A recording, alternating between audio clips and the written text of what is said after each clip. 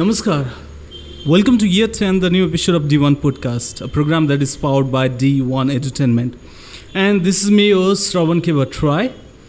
आज हामीसँग हाम्रो साथमा हुनुहुन्छ एकदमै जल्दो बल्दो व्यक्तित्व, युवा व्यक्तित्व, सबैमा लोकप्रिय हरियो नगरपालिकाका नगर प्रमुख श्री गणेश प्रसाद प्रसाई।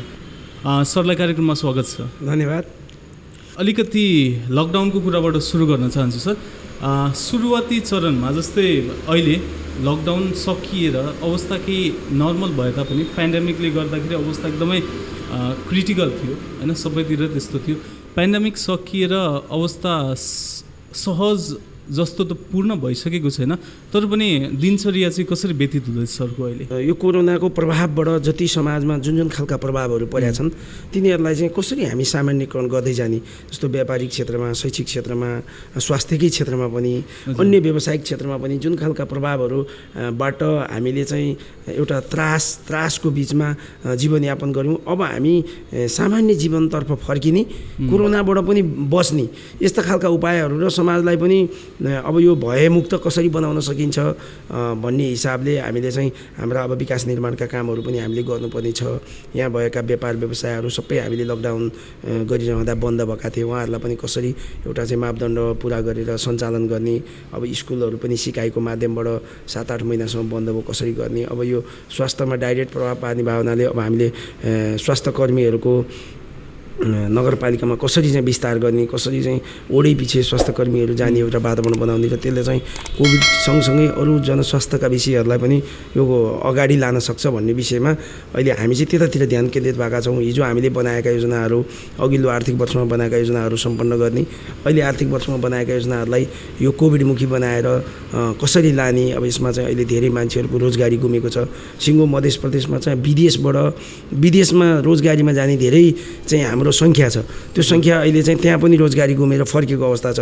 अब ती युवाहरूलाई कसरी हामी यो समाजमा एडजस्ट गर्ने, कसरी रोजगारीमा ती युवाहरूलाई रोजगारी दिने, कसरी त्यो निराश भएर आएको मनलाई यहीँ सम्भावना छ, यहीँ अवसर छ, यहीँ हामी केही गर्छौँ, यहाँ गरेर पनि हामी हाम्रो जीवनयापन गर्न सक्छौँ भन्ने एउटा वातावरण दिने हिसाबले त्यो खालको तयारी गर्दैछौँ। वातावरण बन्दैछ भनेपछि अलिकति स्थानीय जुन सरकार बन्यो नि सर, त्यो बन्दाखेरिको अवस्था अलि अन्यलै थियो। सुरुमा के गर्ने कस्तो गर्ने भन्ने, त्यसपछि बनिसकेको लगभग 3 वर्ष कटिसकेको अवस्था छ।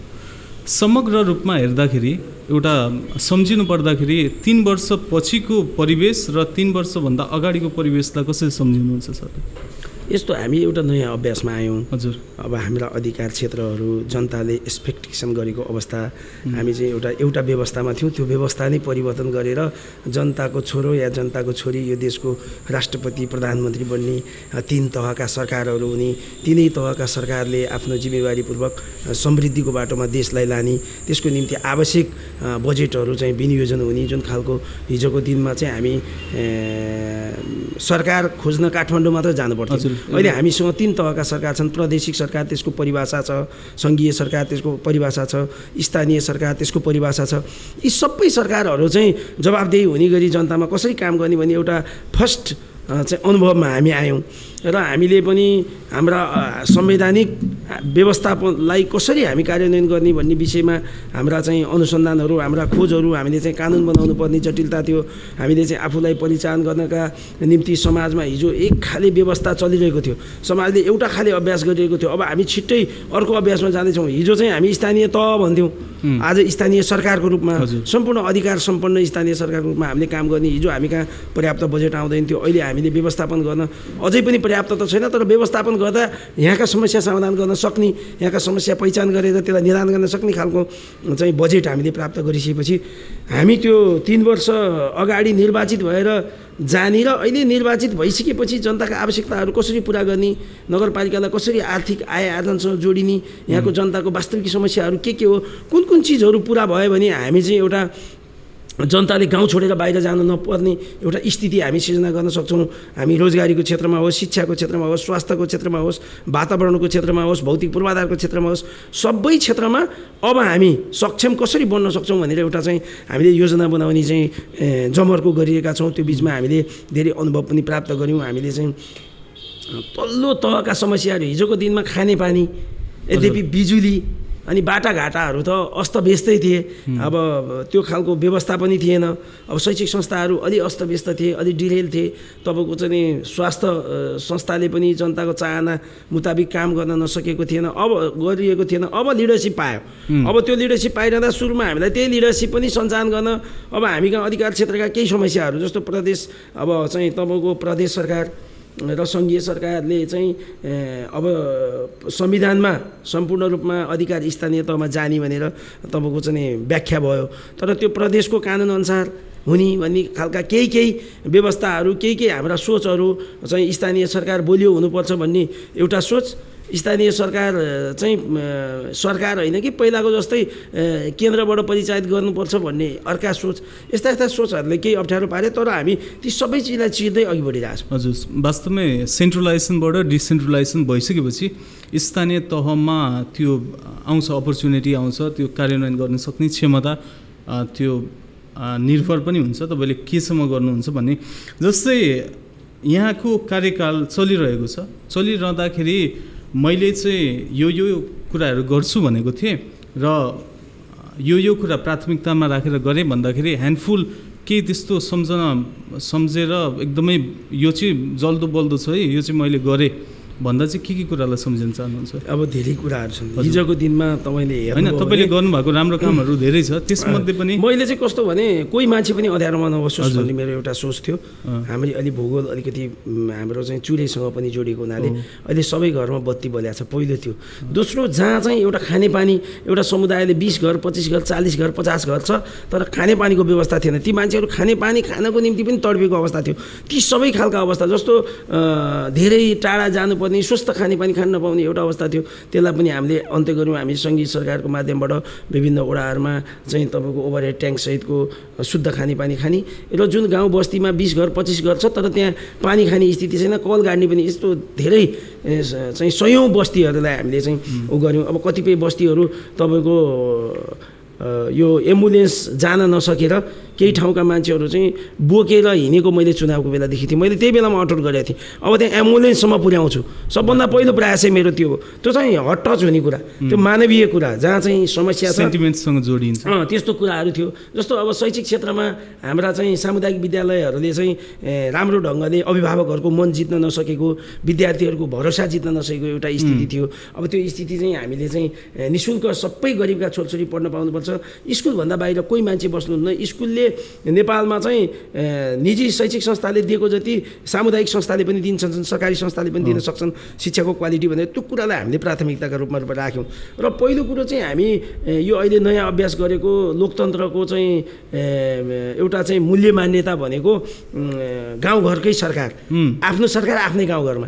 अहिले हामीले चाहिँ सबै वडाहरूलाई हिजो चाहिँ केन्द्रीकृत भएर चलेका वडाहरूलाई सबै वडाहरूलाई चाहिँ सुशासनको एउटा नमुना को रूपमा हामीले सबै वडामा पुर्याएका छौँ। अब वडाको काम गर्न कुनै जनताले आज चाहिँ तपाईँको सिफारिस लिन वडा अध्यक्ष भेट्न आउनु पऱ्यो, भोलि चाहिँ अफिसमा लगेर दर्ता गर्नु पऱ्यो, पर्सि पैसा तिर्न चाहिँ नगरपालिकाको कार्यालयमा आउनु पऱ्यो, अनि फेरि वडामा गएर चाहिँ चलानी गर्नु पऱ्यो। यस्तो समस्या अहिले सबै सुविधा आफ्नै वडाभित्र जहाँ पाएको पर्छ वडालाई सम्बन्धित वडामा चाहिँ हामीले सुशासन लगेका छौँ। र अब जनताले आफ्नो घर दैलोमा सुशासन पाउने एउटा व्यवस्था हामीले गरेका छौँ। र त्यसपछि अब हाम्रो यहाँ चाहिँ समृद्धिका आधारहरू के हुन सक्छन् त? अब हामी नगदे बालीहरू चाहिँ प्रयोग गर्छौँ। यहाँ कति ठाउँमा चाहिँ एउटा गाउँबाट अर्को गाउँमा जाने पुलसम्म थिएन, त्यहाँका बालबच्चा चाहिँ बर्खाको बेला अड्किएर बस्ने, स्कुल जान नपाउने, उत्पादन गरेको तपाईँको चाहिँ हाम्रा चाहिँ उत्पादित सामानहरू कृषिका सामग्रीहरू ल्याउन बजारसम्म ल्याउन नसक्ने यस्ता स्थिति थियो। ती सबै ठाउँहरूलाई हामीले म्यानेज गऱ्यौँ। कतिसम्म स्थिति थियो भने बर्खाभरि आफ्नो गाउँमा जाँदा मोटरसाइकल चाहिँ ओल्लै गाउँमा राखेर चाहिँ आफ्नो साधन चाहिँ ओल्लै गाउँमा राखेर कुनै ठाउँमा त दयनीय स्थिति नै थियो। अहिले ती सम्पूर्ण साना समस्याहरू केलाई हामीले चाहिँ समाधान गरेका छौँ। जुन चाहिँ अहिलेको हाम्रो चाहिँ हाम्रो जुन न्यूनतम एउटा चाहिँ भित्र पर्छ। अनि हामीले चाहिँ अब स्वास्थ्य केन्द्रहरू पनि अब जति हामीले चाहिँ सबै 11 वडामा स्वास्थ्य केन्द्रहरू स्थापना गरेका छौँ। हामीले चाहिँ आफ्नो वडा कार्यालयमा स्वास्थ्य केन्द्र पनि छ। त्यो स्वास्थ्य केन्द्रमा सामान्य चाहिँ दबाईहरू पनि राखेका छौँ, जो चाहिँ जसको केही छैन, जसको कोही छैन, जो कहीँ जाने चेतना पनि छैन, त्यस्तो स्थितिलाई चाहिँ हामी चाहिँ त्यहीँ उपचार गर्ने, त्यहीँ व्यवस्थापन गर्ने व्यवस्था चाहिँ हामीले मिलाएका छौँ। अब जस्तो तपाईँको हिजोको दिनमा एउटा महिला चाहिँ प्रेग्नेन्ट भएपछि आफूले चाहिँ त्यो बच्चालाई स्वस्थ जन्माउनको निम्ति के आहार खानुपर्छ, त्यसको व्यवस्थापन कसरी गर्ने भन्ने एउटा समस्या हो। त्यो चाहिँ देख्दा सानो, पछि ठुलो हुने समस्या, त्यस्तो समस्याहरू पनि अहिले हामीले समाधान गरेका छौँ र 0 होम डेलिभरीमा हामी नगरपालिकालाई लान्छौँ भनेर सोच्दैछौँ। त्यो भने किनभने ज्यान पनि नजाने स्वस्थ ढङ्गले स्वास्थ्यकै क्षेत्रमा कुरा गर्दा मेन्टल हेल्थ केयरलाई चाहिँ फोकस गर्नुभएको छ एकदम। जस्तो हिजोको दिनमा यहाँ केही पनि थिएन, हामीसँग स्वास्थ्य चौकी मात्रै थियो। अब अहिले हामी 2टा डाक्टर MBBS डाक्टर हामीले चाहिँ व्यवस्थापन गरेर त्यहाँ चाहिँ स्टाफ नर्सहरू, दक्ष जनशक्तिहरू, त्यहाँ ल्याब टेक्निसियनहरू, त्यहाँ चाहिँ भिडियो एक्सरे मेसिन, अब त्यहाँ चाहिँ भोलि चेक जाँच गर्ने ल्याबहरू सहित। अब कोही मान्छे पनि आफ्नो स्वास्थ्य खराब हुँदा सिधै 1000 2000 गोजीमा नबोकिकन, 5000 नबोकिकन मैले उपचार पाउँदिनँ, म कहाँ जानु, कसले हामीलाई हेर्छ भन्ने त्यो खालको स्थितिबाट चाहिँ हामीले चाहिँ अलि टाढा राखेका छौँ। भनेपछि स्वास्थ्य, शिक्षा अनि तपाईँको खानेपानी, बाटोघाटो लगायत धेरै कार्यहरू भएका छन् हरियो नगरपालिका। त्यो देखिएको पनि छ। मैले तपाईँलाई समग्रमा होइन 1 2 3 गरेर कसरी भन्न सहज हुन्छ त्यो अनुसारले सोधेको थिएँ। जस्तै चुनावको कुरा गरौँ होइन, चुनाव जुन भयो, चुनाव जितिसकेपछि तपाईँले आफ्नो भिजन बनाउनु भयो होला, BMGO भनिन्छ, भिजन मिसन गोल अब्जेक्टिभ्स, त्यो बनाउनु भयो। प्र्याक्टिकल्ली चाहिँ यो कार्यान्वयन गर्दाखेरि एउटा कार्यकालमा त्यो सबै बनाएको चिजहरू पुरा गर्न सकिने रहेछ? यो चाहिँ अलि जटिल प्रश्न तपाईँले गर्नुभयो। यो चाहिँ के छ भन्दाखेरि हामीले आजको निम्ति होइन, भोलिको निम्ति हामीले चाहिँ सोचेका छौँ। अघि तपाईँले भन्नुभयो जस्तो हामी कहाँ हिजोको दिनमा नक्सामा उल्लेखित भएका कुनै बाटाहरू पनि खुलेका थिएनन्, तपाईँले देख्न सक्नुहुन्छ। हामीले सुरुमै अभियान गऱ्यौँ। सबभन्दा पहिला हामीले चाहिँ सडकलाई व्यवस्थापन गऱ्यौँ भने त्यो समाजको परिवर्तनको एउटा ठुलो आधार सडक हो, कसैले पनि मिच्न पाउँदैन भन्यौँ। अनि साना सडकहरू बनाउने, अव्यवस्थित बसोबास गर्ने स्थिति थियो। हामीले 20 फिटभन्दा घटीका बाटाहरू चाहिँ नगरपालिकामा बनाउन पाइँदैन, 10 दूरभन्दा तल जग्गालाई किताकाट गर्न पाइँदैन भनेर एउटा 50 वर्षपछिको कस्तो चाहिँ हरियो नगरपालिका हुन्छ, यहाँको समाज कस्तो बन्छ भनेर त्यसरी परिकल्पना गरेर हामीले हिँडेका छौँ। अनि तपाईँको काम कार्यहरू त हामीले देखिसकेका छौँ, तैपनि तपाईँको भिजन मिसनभित्र केही त्यस्तो योजना छ, ठुलो योजना जुन चाहिँ आउनु बाँकी छ? छ। तपाईँको चाहिँ कस्तो भने अहिले हामी यहाँ बजार बनाउँदैछौँ। यसलाई हामी यो उत्तरी बेल्टको तपाईँको चाहिँ यो हाइवेको एउटा नमुना बजार बनाउन खोजिरहेका छौँ। व्यवस्थित बजार बनाउन लाग्दैछ, जहाँ चाहिँ व्यापारीको पनि सुरक्षा हुन्छ, जहाँ चाहिँ उत्पादनहरू, हाम्रा उत्पादनहरू पनि उचित मूल्यमा बिक्री वितरण हुन्छ। र हामी एउटा अब चाहिँ तपाईँको एउटा पूर्व पश्चिम हाइवेमा कहीँ पनि तपाईँको रिफ्रेस सेन्टर छैन। तपाईँले हेर्नुभयो भने विदेशमा देखिन्छ, यहाँ छैन। अहिले हामी यो बनाउँदैछौँ। 4 करोड रुपियाँ हामीलाई चाहिँ सङ्घीय सरकारबाट हामीले चाहिँ लिएका छौँ। र यहाँ हामी चाहिँ अब अहिले हाम्रा चाहिँ बसहरू हिँड्यो, ट्रकहरू हिँड्यो, हामी नै गाडीमा मोटरसाइकलमा हिँड्यो भने कहाँनिर जङ्गल छ, कहाँनिर रोक्न मिल्ने छ, त्यहाँ रोकेर अब चाहिँ छोरा मान्छेहरू एकतिर, छोरी मान्छेहरू एकतिर जाने एउटा प्रचलन छ। त्यसलाई चाहिँ तोडेर अब कोही मान्छे थाक्यो, ड्राइभ गरेर आइरहेछ, ऊ थाक्यो, उसलाई बस्नु पऱ्यो। एउटा राम्रो फुड स्टोरहरू होस्, त्यहाँ चाहिँ बगैँचा पनि होस्, ऊ रेस्ट गर्ने ठाउँ पनि होस्, राम्रा शौचालयहरू हुन्, उसलाई चाहिँ दिसा पिसाब गर्ने त अधिकार हो नि। तर यहाँ तपाईँको काहीँ होटलमा गयो भने पनि खानेले पाउँछ, नखानेले पाउँदैन जस्तो हामीले त्यस्तो खालको संस्कार चाहिँ हामीले यहाँ भोग्नु परिरहेको छ। यो सिङ्गो यो पूर्व पश्चिम राजमार्गमै एउटा चाहिँ नमुना काम हामीले त्यो गर्न लागेका छौँ। हामी एउटा ठुलो चाहिँ बजार, यो एरियालाई नै कभर गर्ने व्यवस्थित बजार, जहाँ चाहिँ सबैले आफ्नो सुरक्षा महसुस गरोस्, व्यापारीहरूले पनि सुरक्षाको कुरा गर्छन्, व्यापारीहरू पनि बस्ने उपयुक्त ठाउँको परिकल्पना गरे हुन्छन्। त्यसरी हामीले चाहिँ विकास गर्ने योजना बनाएको छौँ। हामीसँग एउटा कैलाशपुरी भ्यू टावर, हामीले कैलाशपुरीमा चाहिँ माथि भ्यू टावर, पिकनिक स्पोट, अनि त्यो ऐतिहासिक कैलाशपुरी मन्दिरलाई व्यवस्थापन गर्ने परिकल्पना गरेका छौँ, जहाँ चाहिँ भोलि बाहिरबाट पर्यटकहरू आउन्। हरियोनको समृद्धिको आधार पर्यटन पनि हो भनेर हामीले देखाउने हामीले प्रयास गरेका छौँ। अनि हामी 9 बिघामा यहाँ सुके पोखरीमा 9 बिघामा तपाईँको हामीले चाहिँ जनताहरूले जोतेको जमिन हामी चाहिँ त्यहाँ पोखरीसहितको एउटा राम्रो नमुना पार्क बनाउँछौँ भनेर हामीले चाहिँ त्यो पनि हामीले DPR गरेर अन्तिम तयारीमा पुर्याएका छौँ। अब यहाँको किसानहरूको समस्या भने कोल्ड स्टोर, यहाँ उत्पादन भएका सामग्रीहरू नओइलाइकन समाजसम्म लाने, त्यो कोल्ड स्टोरको पनि अब हामी यहाँ सुरुवात गर्दैछौँ। र हामीले तपाईँको अहिले नगरपालिकामा रहेको कम्तीमा 35 बिघा जमिन जो चाहिँ त्यत्तिकै खेर गइरहेको थियो, त्यो जमिनमा अहिले हामीले वृक्षारोपण गरेका छौँ। त्यो 10 वर्षपछि नगरपालिकाको एउटा आम्दानीको ठुलो आधार हुन्छ। त्यसले चाहिँ एउटा चाहिँ वातावरणलाई पनि संरक्षण गर्यो। अर्को खेर गएका जमिनहरूमा हामी फलफुलका बिरुवाहरू लगाएर त्यो जमिनलाई चाहिँ उत्पादनसँग जोड्ने, त्यो चाहिँ उत्पादनको नाफा चाहिँ भोलि नगरपालिकामा हुने र त्यो नगरपालिकाको कमाइको आधार हुने, त्यो आम्दानीको स्रोत हुने, यस्ता यस्ता कुराहरूमा चाहिँ अहिले हाम्रो बढी ध्यान गएको छ। र हामी अहिले 4वटा चाहिँ गाविस मिलेर बनेको नगरपालिका, हिजोको दिनमा कालो कालोपत्री हेर्नलाई जनताले चाहिँ यो पूर्व पश्चिम राजमार्गमा आउनु पर्थ्यो। अहिले हामी एउटा रिङ रोडको परिकल्पना गरेका छौँ। यो हरिउन कुनै दुर्गम कुनै चाहिँ सुगम छैन, सबै एक छ। हामी रिङ रोडको माध्यमबाट हामी जोडिन्छौँ। हाम्रा चाहिँ स्कुल बसहरू त्यहाँबाट कुद्छन्। हाम्रा चाहिँ तपाईँको व्यापारका हामीले उत्पादन गरेका सामानहरू त्यहाँबाट सहज ढङ्गले मार्केटमा आउँछन्। र अरू सबै बाटाहरू अब हिजोको दिनमा कस्तो थियो, अहिले हामीले 1 वटा 2 किलोमिटर कन्टिन्यू बाटाको एउटा अवधारणा ल्याउँछौँ नगरपालिकाको तर्फबाट गर्ने। अरू ठुला योजना त हामी सङ्घीय सरकार प्रदेश सरकारसँग हामी लबिङ गरेर ल्याइरहेछौँ, तर नगरपालिकाको तर्फबाट पनि सडकको आधारलाई पनि हेर्ने हो भने हरिउन नगरपालिकाका मूल बस्ती र मूल गाउँमा अब चाहिँ सबै कालोपत्रे सडकहरू हुन्छन् भनेर हामीले चाहिँ एउटा सन्देश दिन पनि खोजेका छौँ। र त्यो स्थितिले हेर्दा भोलि हाम्रा यहाँका कोही पनि दाजुभाइ दिदीबहिनीहरू कुनै पनि अवसरको निम्ति भोलि आम्दानीमा जोडीको निम्ति बाहिर जानु पर्दैन भन्ने हामीले आधार बनाएका छौँ। हामीले चाहिँ कृषिबाट समृद्धि गर्ने हामी कहाँ धेरै आधारहरू छन्।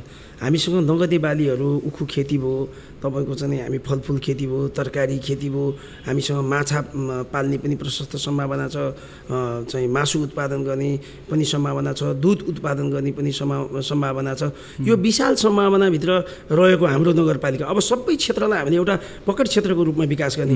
कुन ओडामा चाहिँ हामी चाहिँ माछा मासु उत्पादन गर्छौँ, कुन ओडामा चाहिँ हामी चाहिँ फलफुल बढी उत्पादन गर्छौँ, कुन ओडामा चाहिँ उखु उत्पादन गर्छौँ, कुन ओडामा चाहिँ हामी तरकारी उत्पादन गर्छौँ, चाहिँ कुन ओडामा चाहिँ हाम्रा अन्य उत्पादनहरू किसानहरूसँग जोडिन्छ र किसानहरूले आम्दानी गरेको उचित मूल्यमा बजारीकरण हुन्छ, बजारको व्यवस्था हुन्छ।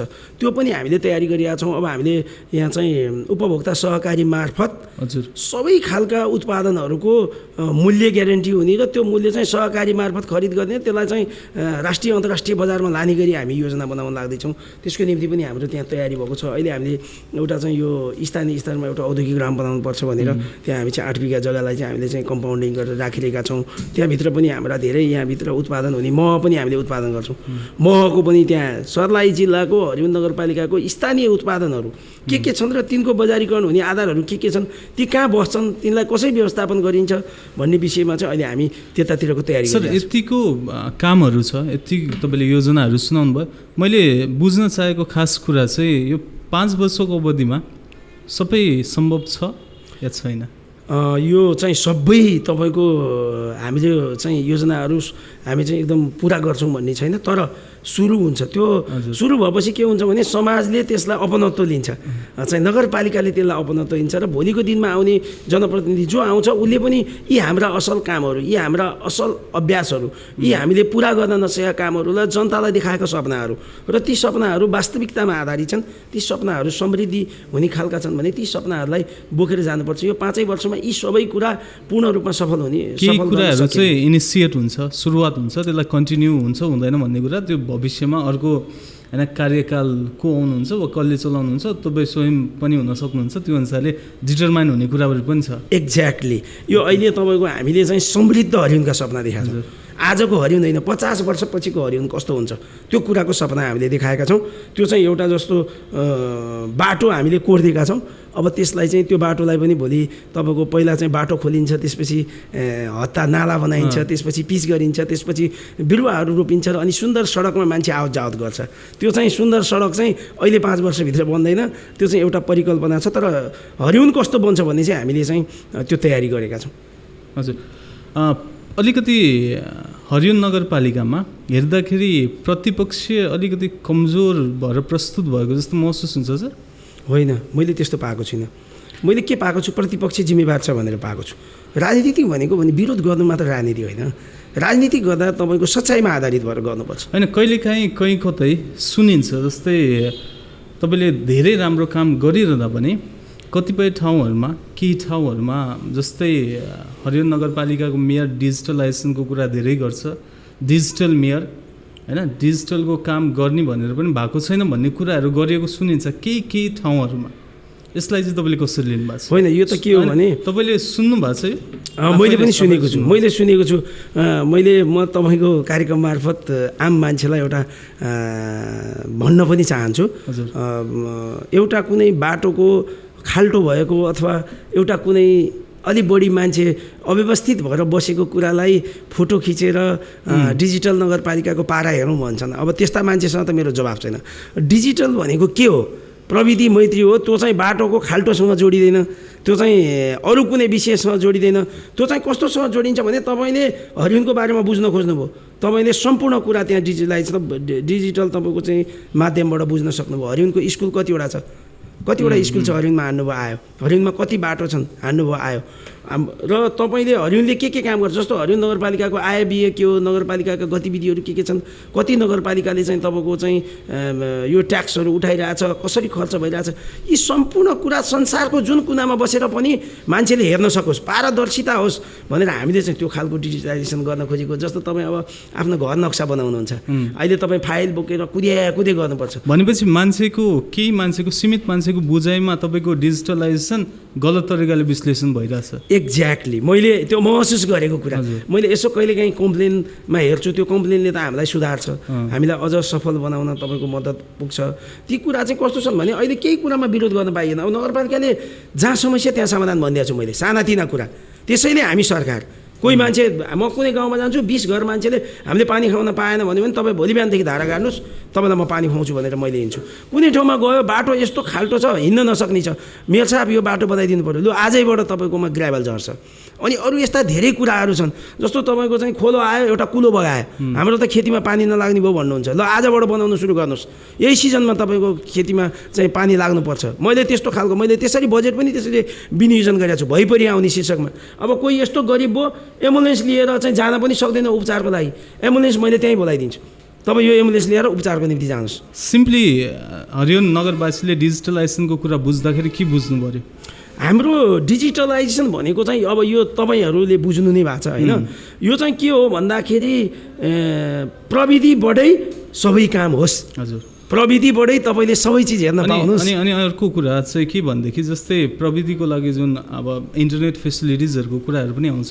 हजुर, एक्सपोज हुनको लागि त जस्तै हरिण नगरपालिकाभित्र तथ्याङ्क हेर्ने हो भने धेरै कम मानिससँग यो पहुँच छ भन्ने सुनिन्छ नि त। यो चाहिँ तपाईँले रियल कुरा भन्नुभयो। यो चाहिँ कस्तो रहेछ भने यो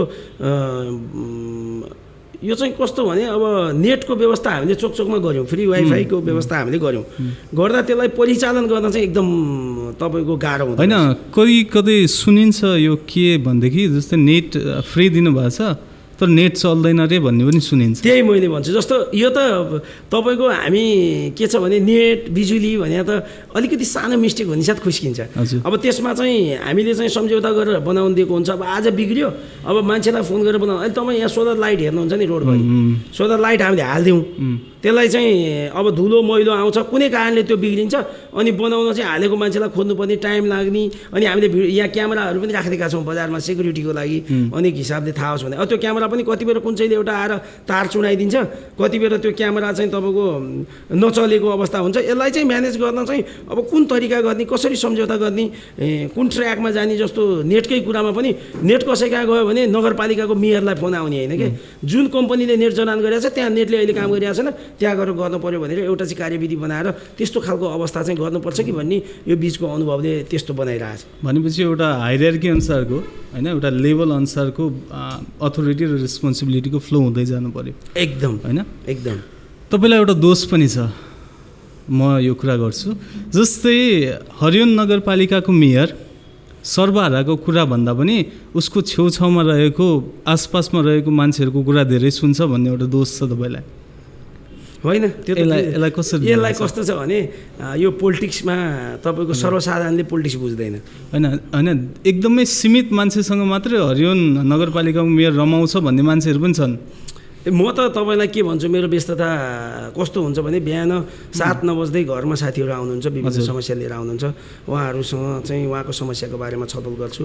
दिउँसो मेरो औपचारिक कार्यक्रममै बिजी हुन्छु। 7 बजेसम्म मैले चाहिँ कुनै टोल, कुनै गाउँ, कुनै बस्तीमा मेयरलाई खोजेका छन् भन्ने खबर आएपछि चाहे म त्यो चिया खाना होस्, चाहे त्यत्तिकै भेट्न होस्, सबै ठाउँमा गएको हुन्छु। अब अघि पछि चाहिँ कस्तो हुन्छ तपाईँको भन्दाखेरि अब एउटा साधनमा हिँड्नुपर्ने बाध्यता छ, व्यस्तता छ, त्यसले त्यसमा हिँडिन्छ। अब केही नजिक साथीहरू रहने कुरा, अब यो चाहिँ मानवीय कुरा हो। हेर्नुहोस् कस्तो हुन्छ भन्दाखेरि तपाईँले मलाई सम्मान गरेर आउनुभयो भने तपाईँलाई मैले चाहिँ नआउनुहोस् भन्न सक्दिनँ। भनेपछि यो आरोप अर्थपूर्ण छैन?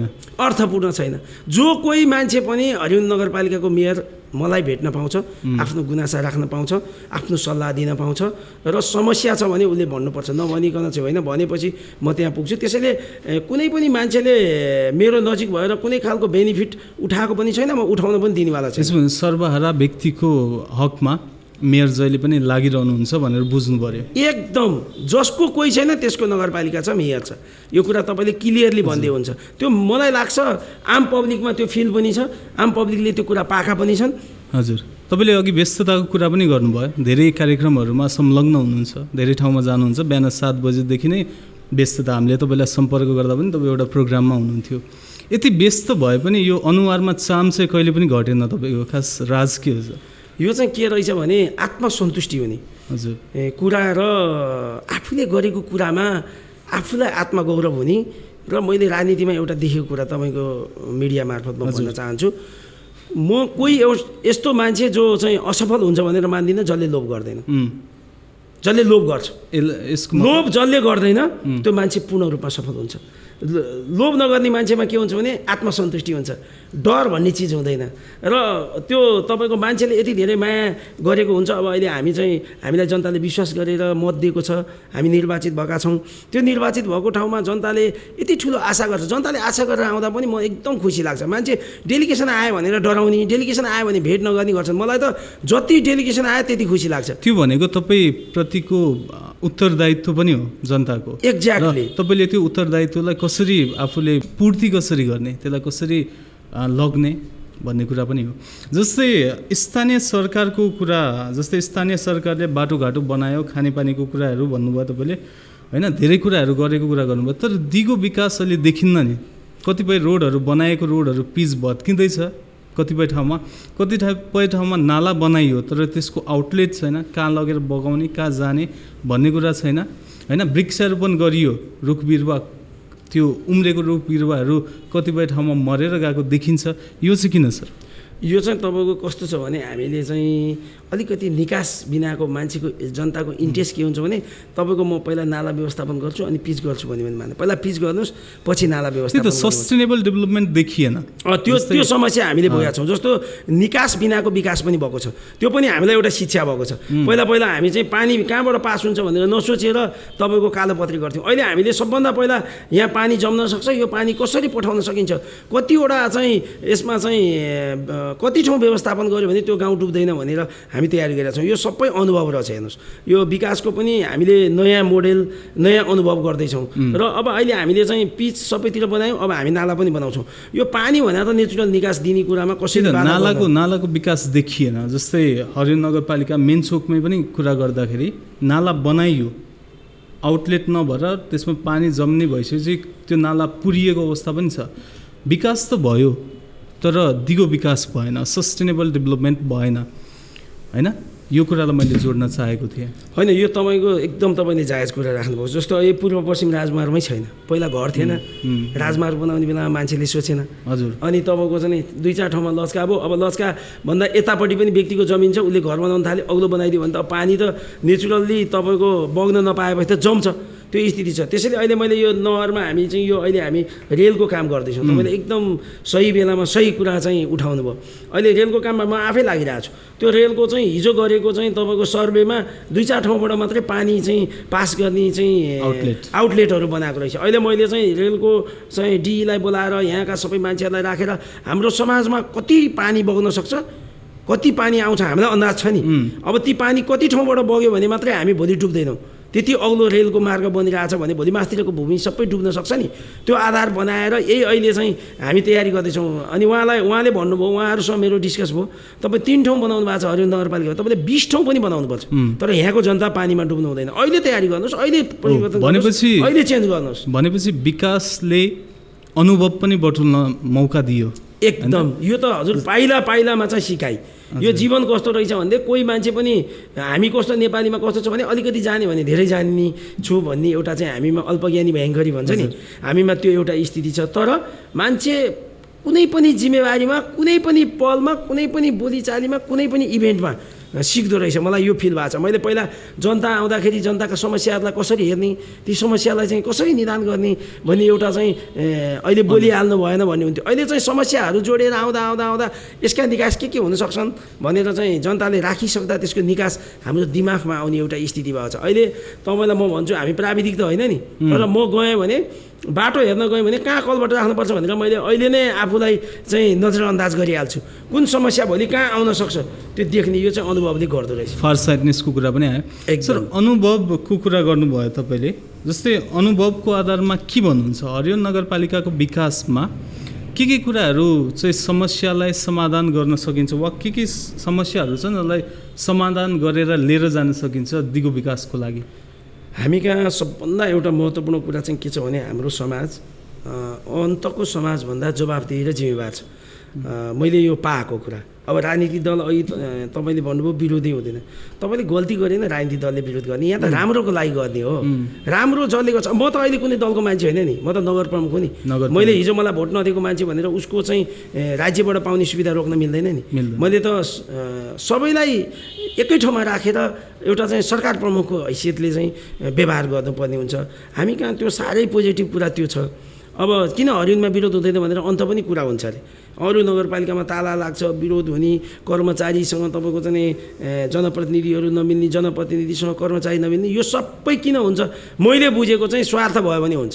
निस्वार्थ भयो भने तपाईँको कसैले कहीँ बिग्रियो। ल अस्ति मैले एउटा गाउँमा कालो पत्रिका गर्न गएको, बिग्रियो भनेर मान्छेले भने यो साँच्चीकै बिग्रिएछ कि भनेर हेर्न गएको, साँच्चीकै बिग्रिया रहेछ। जनताले विरोध गर्यो भनेर रिसाएर भएन नि। जनताले त झन् राम्रो कुरा गरेछ, नराम्रो भएको रहेछ हामीलाई नै झकझक्याइदिएछ। अनि हामीले गएर यो मैले गएर यो चेन्ज गर्नुहोस्, यो बनाउनुहोस्, यो तपाईँले हामीसँग गरेको सम्झौता मुताबिक छैन, सम्झौता मुताबिक क्वालिटीको काम गर्नुपर्छ। पैसा तपाईँको रोकिँदैन, तर क्वालिटीको काम गर्नु भने पैसा पाउनुहुन्न भनेपछि काम गर्यो। त्यहाँ के भने त्यहाँ स्वार्थ भएको भए, ठेकेदारसँग मिलेको भए अथवा कुनै खालको एप्रोच भएको भए त्यो काम त्यहाँ भन्ने हैसियत हुँदैन थियो। अनि बिग्रियोस् भन्ने हुन्थ्यो। जनताले एकतिर गुनासो गरेको थियो, एकतिर काम बिग्रिएको थियो। त्यसैले मैले चाहिँ के भन्ने गरेको छु भने कोही पनि राजनीतिक दलका साथीभाइहरू, समाजसेवी, बुद्धिजीवी, सबै आम समुदायलाई म के भन्छु भने कुनै पनि काम बिग्रेको छ भने नगरपालिकालाई सूचना गरिदिनु समयमा सूचना गरिदिनु भने त्यो बिग्रेको कामलाई बनाउने हामीले चाहिँ एउटा योजना बनाउँछौँ। किनभने हामीलाई पनि थाहा हुँदैन, हामी पनि 24 घण्टा फिल्डमा त जान सक्दैनौँ। किनभने यहाँ त सयौँ कामहरू भइरहेका छन्। ती सबै काम प्रत्यक्ष निगरानीमा त गर्न सकिन्न। राम्रो भइरहेछ, त्यहाँ हाम्रो चाहिँ सिस्टम छ, हामीसँग प्राविधिकहरू छन्, तिनीहरूले हेर्छन्। कहिलेकाहीँ तिनीहरूको पनि ध्यान नपुगेको ठाउँमा पब्लिकले हेरिदिनुपर्छ। नराम्रो भएको कामलाई नगरवासीले आएर नगरपालिकासम्म राख्नु पर्यो अनि बल्ल न थाहा हुन्छ यहाँ नराम्रो। यो आवश्यकता के त थाहा हुन्न। अब म कतिपय गाउँमा जान्छु चिया खान भनेर भेटघाट हुन जान्छ, मेयर साहब तपाईँले त जितेदेखि अनुहारै देखिएन, आउनु भएन। होइन, आउन त यस्तै हो, मेरो कार्य व्यस्तताले म आउन सकेको छुइनँ, तर समयमा तपाईँहरूलाई भेटेको छु, त्यही भएर आज आएको। हाम्रो यो भएन त्यो भएन भनेर भन्नुहुन्छ। अनि तपाईँले कहिले मलाई भन्नुभयो त्यो त अब भनिएन भन्नुहुन्छ। अनि मैले त्यहाँ चाहिँ त्यो समस्या हो भने चाहिँ समाधान गर्नु अलिकति कम्युनिकेसन ग्याप पनि हो यस्तो। अब यो अब ठुलो नगरपालिका, यहाँ आयोजना कार्यक्रमहरू धेरै हुन्छन्। हामीले चाहिँ अब यहाँको मात्रै भरले पनि अलिकति यस्तो पनि छ नि सर, वडा अध्यक्षहरू, वडा सदस्यहरूबाट पनि यो कुरा त आउनुपर्ने हो नि त नगरपालिका। हो, त्यो कहिले काहीँ चाहिँ त्यसो मिस नभए प्रायः जसो समस्या भएका, गाह्रो भएको, अप्ठ्यारो भएको चाहिँ हाम्रो नगरपालिकाको सबै समस्या हामीले समाधान गरेका छौँ। वर्तमान अवस्थामा हेर्दाखेरि हरियो नगरपालिकाको अवसर र चुनौतीहरू के छन् जस्तो लाग्छ तपाईँलाई? हामीसँग अवसरहरू धेरै छन् हरियो नगरपालिकासँग। हामीसँग एउटा चाहिँ समतल भूभाग छ, चुरेसँग जोडिएको भागहरू छ। हामी चाहिँ ती भागहरूलाई पर्यटकीय क्षेत्रको रूपमा यहाँ कृषि पर्यटन, धार्मिक पर्यटन र अन्य पर्यटन पनि हामीले चाहिँ विकास गर्न सक्ने हाम्रा आधारहरू छन्। यी नगदे बालीहरू अब चाहिँ हामी कहाँ धेरै सम्भावना भएका धेरै चिजहरू छन्। यसमा हामीले चाहिँ यहाँका आम नागरिकलाई जोड्न सक्छौँ। हामीसँग चाहिँ यहाँ चाहिँ चुनौतीहरू के छ भन्दाखेरि हामी अहिले कृषिको क्षेत्रमा छौँ। हामीसँग पर्याप्त मात्रामा चाहिँ कृषियोग्य जमिनहरूमा सिँचाइ छैन। यो एउटा हाम्रो ठुलो चुनौतीको विषय छ। अहिले हामीले ती सिँचाइको व्यवस्थापन गर्न सक्यौँ भने ती किसानहरूलाई हामीले केही पनि गर्न पर्दैन। त्यो किसानहरू आफै आम्दानीसँग जोडिन्छ, उनीहरूले आफै अवसर प्राप्त गर्छन्। हामीसँग यति राम्रो जमिन छ तर सिँचाइ छैन, यो हाम्रो एउटा समस्याको विषय छ। अब हामीले हामीले यहाँ धेरै ठुल्ठुला प्रोजेक्टहरू चलाउन सक्थ्यौँ, धेरै ठुल्ठुला कार्यक्रमहरू गर्न सक्थ्यौँ। हामीसँग पर्याप्त मात्रामा राज्यको जमिन छैन। राज्यको जमिन हुने नि हामी ठुल्ठुला युनिभर्सिटीहरू, ठुल्ठुला अस्पतालहरूको, ठुल्ठुला औद्योगिक क्षेत्रहरूको परिकल्पना गर्न सक्थ्यौँ। त्यस्तो चिज हामी कहाँ छैन, जुन चिजले चाहिँ आम चाहिँ तपाईँको नगरवासीलाई नै एउटा चाहिँ सम्भावना खोजिदिन सक्थ्यो। त्यस्ता चिजहरू छैनन्। अरू सम्भावना हामी कहाँ चुनौतीभन्दा केही गर्न नसक्ने चुनौतीभन्दा सम्भावनाका धेरै ठाउँ मैले देखेको छु। होइन, सम्भावनाको कुरा गर्दाखेरि तपाईँले चुरे क्षेत्रको पनि कुरा गर्नुभयो। हाम्रो चुरे हरियो नगरपालिकामा जस्तै चुरेमा महादेव स्थान भन्ने होइन मन्दिर पनि छ, त्यो पर्यटकीय स्थल बन्न सक्ने सम्भावना बोकेको ठाउँ पनि हो। यसको विकासको लागि चाहिँ त्यस्तो खास ठोस कदम नचालिएको होइन। हामी तयारी गर्दै अब पहिला त हामीले त्यसलाई कस्तो बनाउने, पहिला हामीले चाहिँ त्यसलाई गुरु योजना बनाउनु पर्यो। गुरु योजना बनेपछि त्यो गुरु योजनामा त्यो ठाउँलाई हामीले चाहिँ ऐतिहासिक ठाउँ बनाउन के कुरा आवश्यक छ, हाम्रो लगानी कसरी हुनुपर्छ, कति लगानी चाहिन्छ, ती योजनाहरू पुरा गर्न नगरपालिकाको सामर्थ्य कति छ, हामी त्यो सामर्थ्य अनुसार हामीले चाहिँ कति वर्षमा त्यो पुरा गर्न सक्छौँ। हामीले पहिला डिपिआर गर्ने, अहिले हाम्रा सबै प्रोजेक्टहरूको डिपिआर भइसक्यो।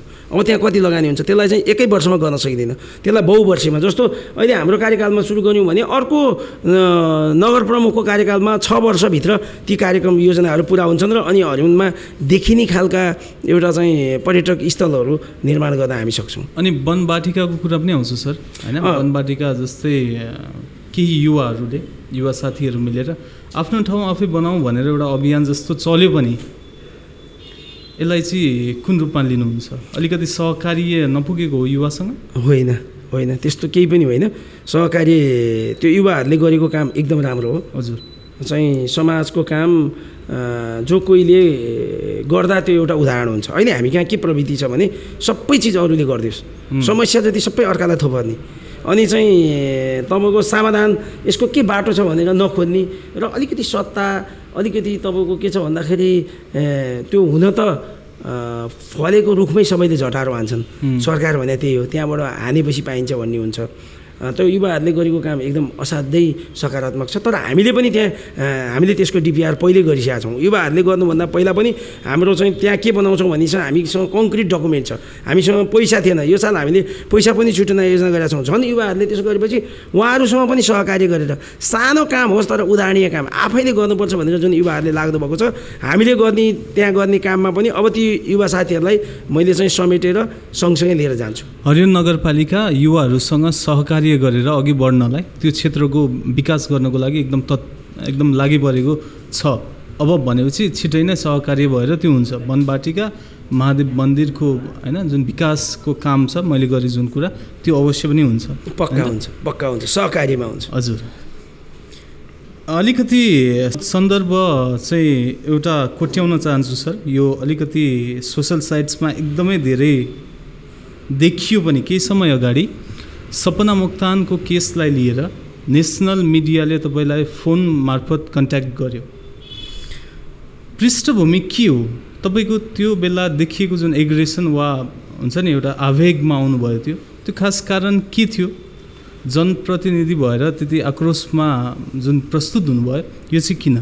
होइन, त्यो सामान्य कुरा थियो। त्यसलाई अब तपाईँको आक्रोशको रूपमा लियो। ती चेली चाहिँ सर्लाहीबाट बिहे भएर सिन्धुलीमा बिहे भएकी चेली हुन्। उनको बारेमा कुनै एउटा संस्थाले हामी यसरी अलपत्र परेको एउटा चेली तपाईँको हरियङको हुँदो रहेछ, उपचार गर्दैछु भनेर मलाई जानकारी गराएको थियो कुनै एउटा संस्थाले।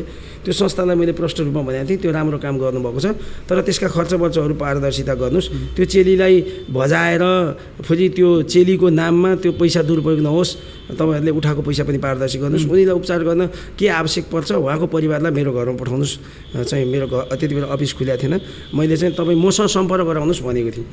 भन्दाखेरि हुन्छ उहाँहरूले भन्नुभयो र पछि मैले बुझ्दै जाँदा ती चेली हाम्रै चेली मात्र थिइन्।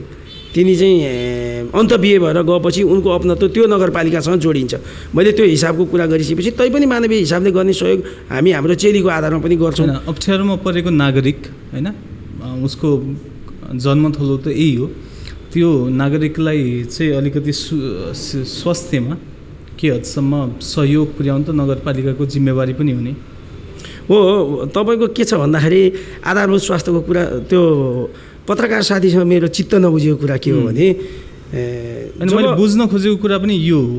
जस्तै हामीले पृष्ठभूमि बुझेनौँ, तपाईँलाई के कुरा गरिएको थियो, तपाईँ किन आवेगमा आउनुभयो, तपाईँलाई जर्नलिस्टले के भन्यो, नेसनल मिडियाबाट कस्तो कुरा भयो? उहाँको कुरा कस्तो भयो भन्दाखेरि हामी चाहिँ जम्मै अपराधी हौँ, अपराध गर्ने राजनीति गर्ने चाहिँ अपराधी हुन्, हामीले नै यो सबै संसारकै जिम्मा ल्याएको छु भन्ने हिसाबले उहाँले प्रस्तुत हुनुभयो। मलाई चित्त त्यो कुरामा बुझेन। तर त्यति भन्दा भने मैले उहाँलाई के भनेको थिएँ भने उहाँको उपचारको कुरामा नगरपालिका जिम्मेवार छ, जे सक्छ नगरपालिका। आधारभूत स्वास्थ्य संविधानले ग्यारेन्टी गरेको छ भनेर उहाँले ठुल्ठुलो स्वरमा भन्नुभयो। तपाईँको घरमा जनता जाँदैन, जनताको घरमा तपाईँ जानुहुन्छ, तपाईँले जनताको ऋण खानुभएको छ, तपाईँको जनताले के खाएको छैनन् भनेर त्यो उत्तेजित हुने खालको अनुचित प्रश्न, जुन प्रश्न यो केससँग जोडिँदैन। आधारभूत स्वास्थ्य भनेको त के हो भनेर त्यो सोध्ने मान्छेले बुझ्नु पर्यो नि।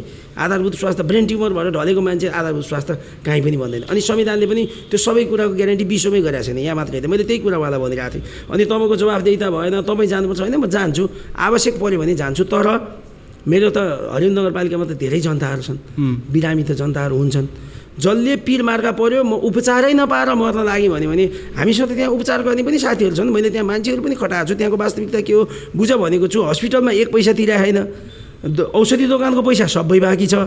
धेरै सङ्घ संस्थाहरू त्यसलाई सहयोग गर्ने भनेर फेसबुकमा लेखै छन्।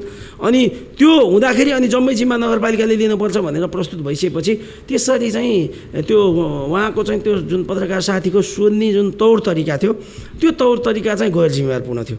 त्यसरी चाहिँ सोधेर त्यस्ता खालको कुराको जवाब मलाई लाग्छ विश्वको कुनै पनि ओहदामा बसेका मान्छे भनेपछि जस्तै सङ्घ संस्थाहरू सीमित सङ्घ संस्थाहरू मिलेर मेयरलाई एट्याक भन्नाले एउटा हुन्छ नि इमेजमा एट्याक गर्न खोजिएको।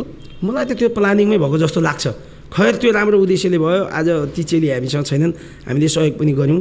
चाहिँ कतिपय मान्छेले किन सहयोग गर्नुभयो, तपाईँलाई त त्यस्तो गाली गरेको थियो भनेर पनि म गएको थिएँ। तर त्यस्तो होइन, हामीले मानवीय हिसाबले हाम्रो दायित्व हो। एकजना कुनै मान्छेले कुनै हिसाबले मिसगाइड गर्ने हिसाबले परिस्थितिलाई उत्तेजित बनाउन खोज्यो भने यहाँ सबै मान्छे छैनन्। सबै मान्छेले त राम्रो मूल्याङ्कन गरिरहेको छन् नि त। त्यति बेला नगर प्रमुखले बोलेको कुरा के हो, पत्रकार साथीको प्रस्तुति र सोधाइ कस्तो थियो, तपाईँहरूले पनि सुन्नुभयो। जे जति ब्रोडकास्टिङ भयो, काटिएको त काटियो। ब्रोडकास्टिङ भएको कुरामा त मैले त केही पनि भनेको छुइनँ। तपाईँ जनतालाई भड्काउन नगर्नुहोस्।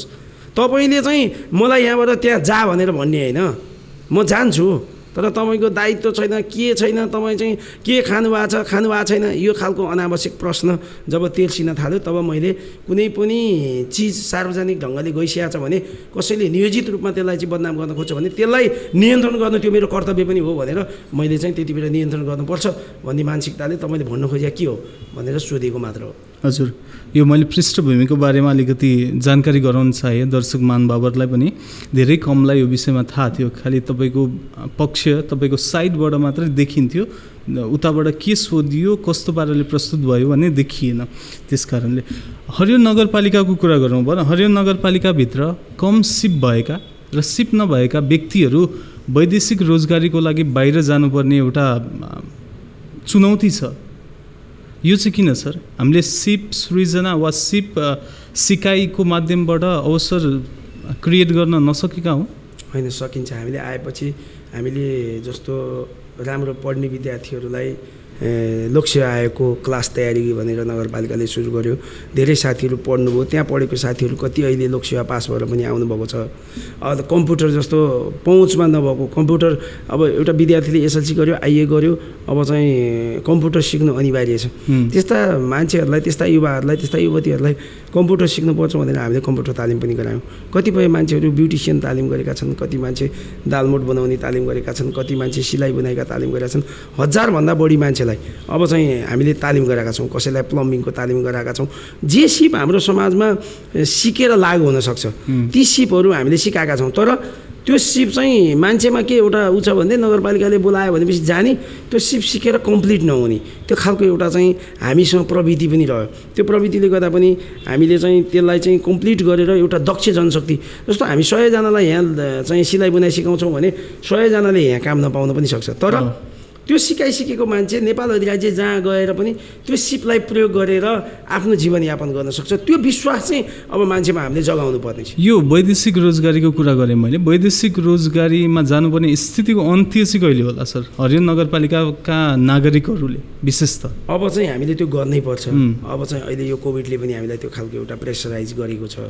अब हामी कहाँ सिप नसिकी जाने, दुःख पाउने, घर जग्गा बेचिनु पर्ने, काम पनि भनेको जस्तो नपाउने, तलब पनि नपाउने पीडामा धेरै दाजुभाइहरू पर्नुभएको छ। अब यो वर्षदेखि चाहिँ हामीले कम्तीमा एउटा वडामा चाहिँ 15 जना युवाहरू अथवा युवतीहरू अथवा विदेशबाट रिटर्न भएका अथवा यहीँ बसेका मान्छेहरूलाई चाहिँ 150 जनालाई रोजगारीमा लानुपर्छ भनेर हामीले बजेट विनियोजन गरेका छौँ, 1,50,00,000।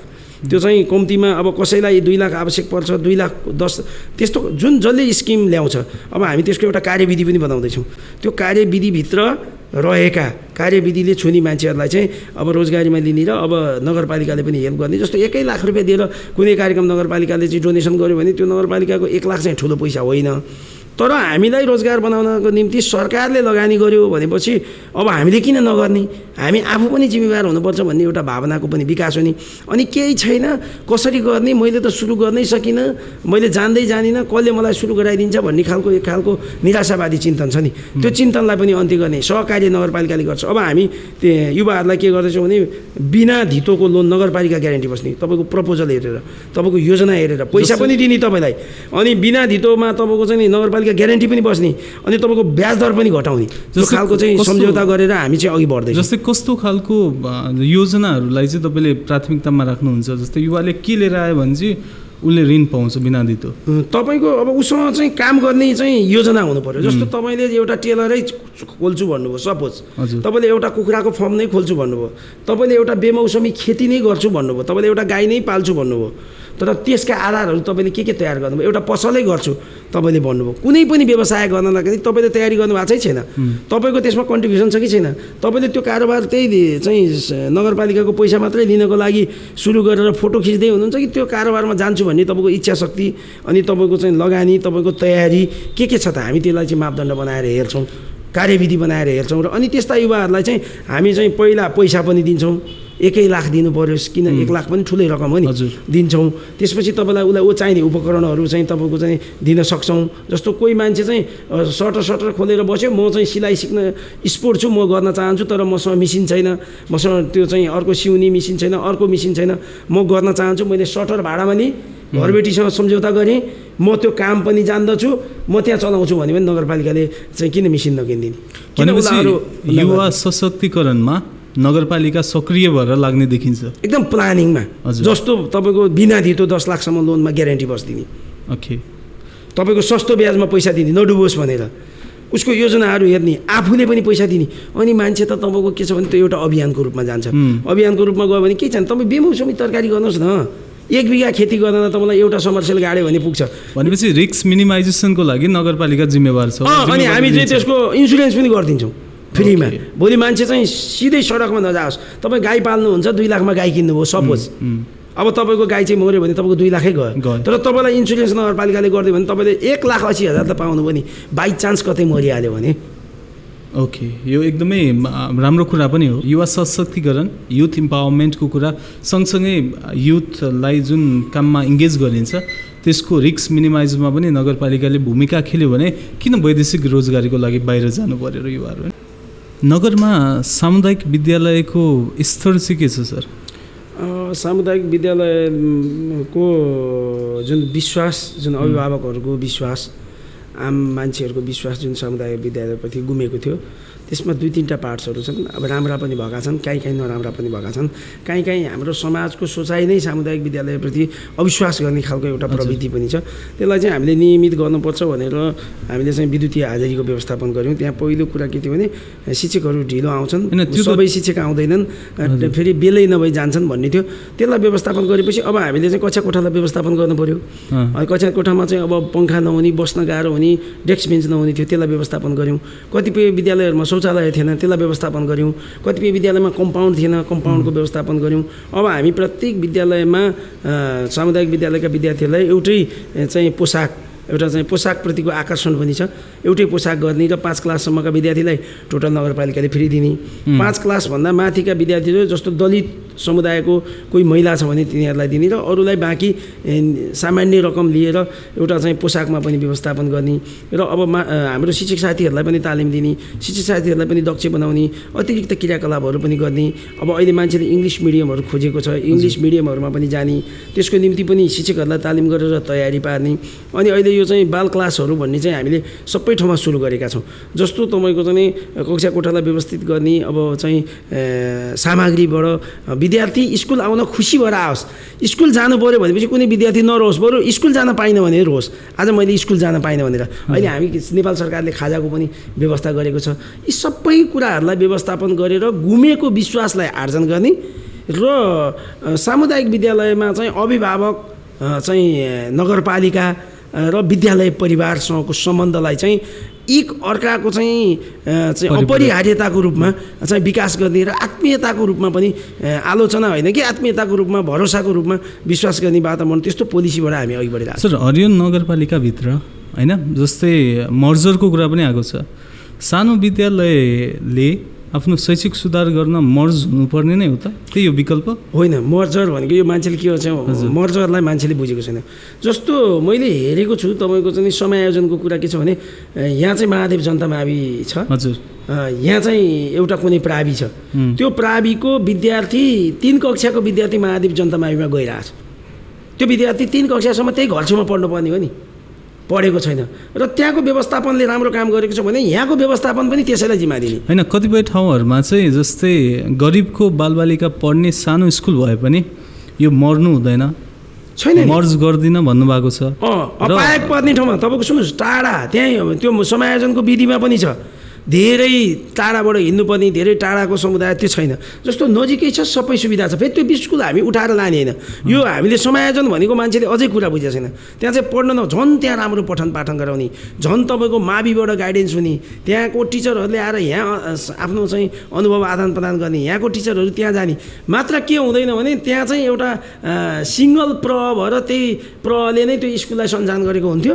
अब हामीले समायोजन गरेपछि चाहिँ समायोजन भएको स्कुलको प्रले त्यहाँको प्रशासन हेर्छ, अरू कुनै कुरामा चेन्ज छैन। त्यहाँको अभिभावकलाई झन् विश्वास, झन् भरोसा, झन् लगानी, झन् तपाईँको चाहिँ धेरै आधारहरू सिर्जना गर्ने। भनेपछि मर्जर गलत होइन, समायोजन बिल्कुल रूपमा गलत होइन। तपाईँले धेरै साथीहरू यो हामीले त्यति गरेका छैन। राज्यले पनि धेरै ठुलो तपाईँको चाहिँ देशव्यापी अनुगमन गरेर यो नीति ल्याएको हो।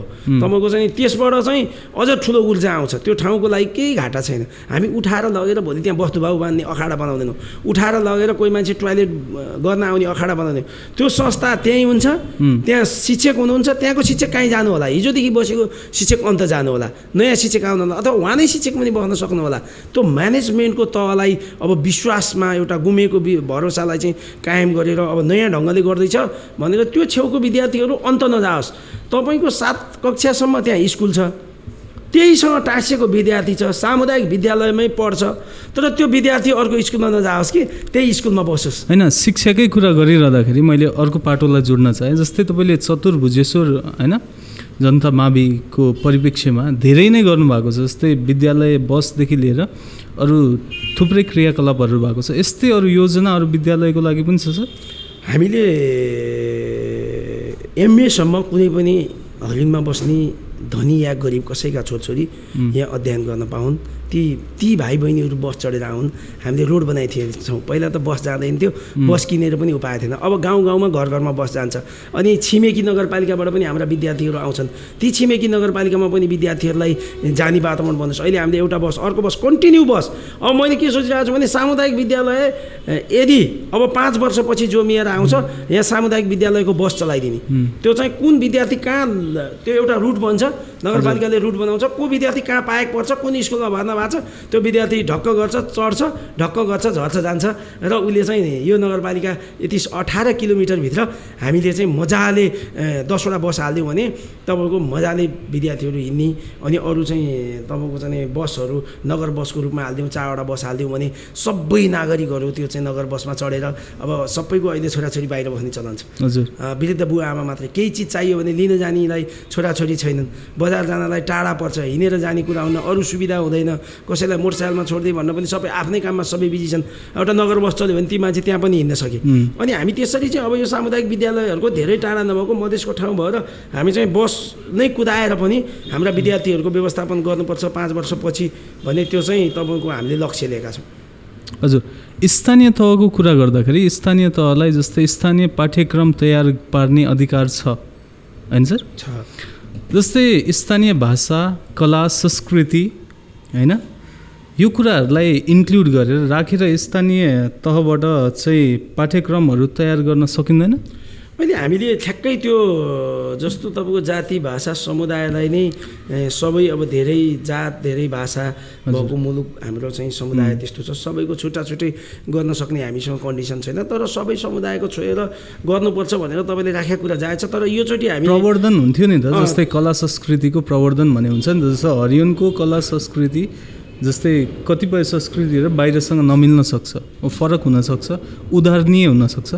यसले गर्दा पनि एउटा चाहिँ अवसर छ नि त। अहिले हामीले चाहिँ त्यसतिर पनि सोच्नुपर्छ, यो राम्रो कुरा हो। त्यसलाई पनि एउटा किताबको रूपमा सबैको संस्कृति झल्किने गरी हामी जति जात जाति बसोबास गर्छौँ सबैको संस्कृति थोरै थोरै झल्किने गरी आफ्नो संस्कार संस्कृति सिक्न पाउने गरी एउटा पुस्तक निकाल्न पनि सक्यो।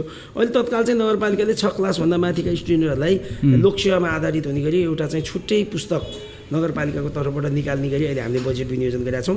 हामी चाहिँ कम्प्युटरलाई अनिवार्य, इङ्ग्लिस माध्यमलाई अनिवार्य गर्ने, माविको सबै स्कुलहरू सम्भव हुँदा निभावी प्राविलाई पनि गर्ने र त्यहाँबाट हामीले चाहिँ सुरुवात गर्दै गर्दै प्राविधिक शिक्षाहरू पनि हामीले तलदेखि 9 कक्षा 10 कक्षादेखि नै प्राविधिक शिक्षाहरूका कोर्सहरू चाहिँ सुरु गराउने। त्यसले चाहिँ भोलि प्राविधिक शिक्षामा जान चाहने विद्यार्थीहरूलाई पनि हित हुन्छ भनेर त्यो तयारी अहिले हामी गरिरहेका छौँ।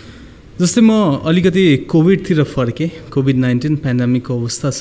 यो अवस्थामा हरियोनवासी हैन एज अ होल नगरपालिकाको परिप्रेक्ष्यमा कुरा गर्दाखेरि अप्ठ्यारोमा परेका मानिसहरूलाई चाहिँ एउटा सहजीकरण गर्न, सामान्य वातावरण बनाउन नगरपालिकाले के कस्तो कार्ययोजनाहरू तयार गरेको छ वा गर्ने? अब तपाईँको त हामीले त कति गऱ्यौँ। हाम्रो नगरपालिकामा तपाईँको हस्पिटल भएका हुनाले अन्य नगरपालिकाका साथीहरू पनि आए। त्यति बेला ज्वरो आएको देख्ने साथ डक्टर पनि डराउने, सबै डराउने। हामीले एम्बुलेन्सको माध्यमबाट कोभिड छ कि छैन तपाईँले चाहिँ हामीले वीरगञ्ज, जनकपुर, काठमाडौँ पठाउने पनि गऱ्यौँ। यहाँ पनि कोभिडको कारणले कसैलाई केही हो, कसैलाई ज्वरो आयो, थलियो, अवस्था बिग्रेको छ भने त्यस्ता साथीहरूलाई पनि हामीले रेस्क्यु गरेका छौँ। हामीले यो कोभिडको बेला गर्न बाँकी नै केही छैन। अनि अर्को कुरा सर, जस्तै कोभिड-19 को अवस्थामा जुन बेला लकडाउन भयो त्यो बेलामा राहत सङ्कलन भनेर पनि रकम सङ्कलन गरियो। त्यो खर्च पनि भयो, तर कहाँ कति कसरी खर्च भयो भने पारदर्शिता छैन भनिन्छ नि। त्यसको टोटल पारदर्शिता छ। त्यस्तो कुरामा पारदर्शिता नहुने भन्ने परिकल्पना पनि गर्न सकिन्छ। भनेपछि नगरवासीले एकदम राम्रोसँग जसलाई जानकारी चाहन्छ, जसले जानकारीको आवश्यक छ, जस्तो कोभिडमा हामीले उठायौँ, जसरी मान्छेहरूको सहयोगी मनहरूले दिनुभयो। आज पनि कति मान्छेहरूले दिन्छु भन्नुभएको छ, खातामा जम्मा नभएको पनि एउटा स्थिति छ। जसले जम्मा गर्नुभएको छ त्यो सबै हामीसँग प्राप्त भएको सम्पूर्ण चिज हाम्रो ब्याङ्क ब्यालेन्स, ब्याङ्क स्टेटमेन्ट सहित हामीसँग छ। जसले दिनुभएको थियो र हामीले जे खर्च गऱ्यौँ, जहाँ गऱ्यौँ, के मूल्यमा हामीले सामान खरिद गऱ्यौँ, त त्यति बेलाको अवस्थामा कति आरोप पनि छ मान्छेहरूले महँगोमा खरिद गऱ्यो भनेपछि हामीले चाहिँ मलाई लाग्छ नेपालभरिमा सस्तो खरिद गरे होला। अनि हामीले चाहिँ कोभिडमा तपाईँको खाना बस्न 220 रुपियाँमा हामीले चाहिँ 4 टाइम खाने गरी हामीले चाहिँ टेन्डर गरेर चाहिँ राम्रो खाना चाहिँ तपाईँको आइसोलेसनमा क्वारेन्टाइनमा बस्ने मान्छेहरूलाई खायौँ। त्यस्तो कुरा त कल्पना पनि नगर्नुहोस्। हामीसँग एकदम सबै कुरा फेयर छ, जस्ताको तस्तै छ, कल्पना पनि गर्न सकिँदैन त्यो बेला केही भएको होस् भनेर। हामीले चाहिने सबै सामग्रीहरू कहाँबाट किन्यौँ, कति किन्यौँ, कोभिडमा के खर्च भयो, कसरी हामी मितव्ययी भयौँ, कसरी हामीले चाहिँ त्यसलाई व्यवस्थापन गऱ्यौँ। नगरपालिकाको अवस्था चाहिँ हामी चाहिँ त्यो बजेट विनियोजन भइसकेका, हामीसँग चाहिँ भइपरि आउने बजेट नभएको अवस्थामा आम नागरिकलाई आह्वान गरेर हामीले कोही मान्छे पनि खाना नपाएर नमरोस् भनेर हामीले लगभग तपाईँको 6000 मान्छेहरूलाई त हामीले तपाईँको चाहिँ राहत वितरण गरेका छौँ। त्यो सबै रेकर्ड छ हामीसँग।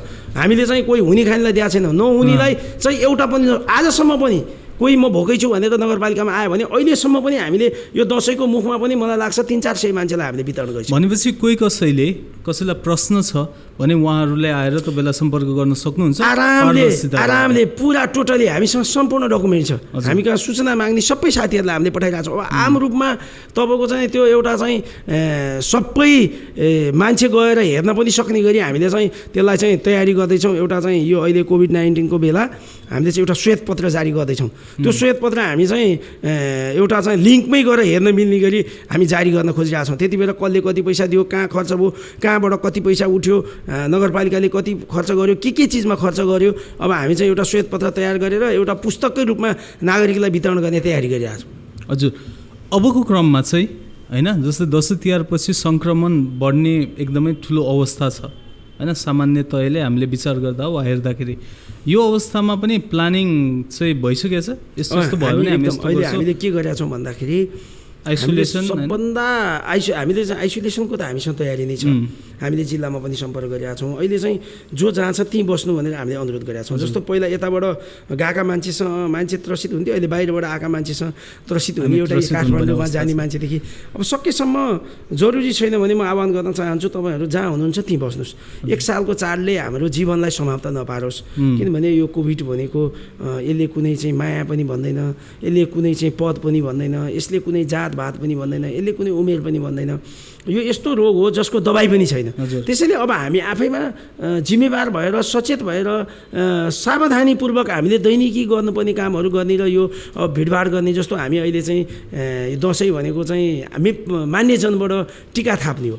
सबभन्दा जोखिममा को हुनुहुन्छ? मान्यजन। त्यसैले यो चोटि चाहिँ टिका लाउने कुरामा पनि 1 वर्षलाई हामीले चाहिँ थाती राखेर होइन, युवाहरू त केही इम्युनिटी पावरले गर्दाखेरि त्यो स्वस्थ हुन सक्नुहुन्छ होला, तर वृद्ध बच्चाको केसमा चाहिँ अलिक जटिलै छ।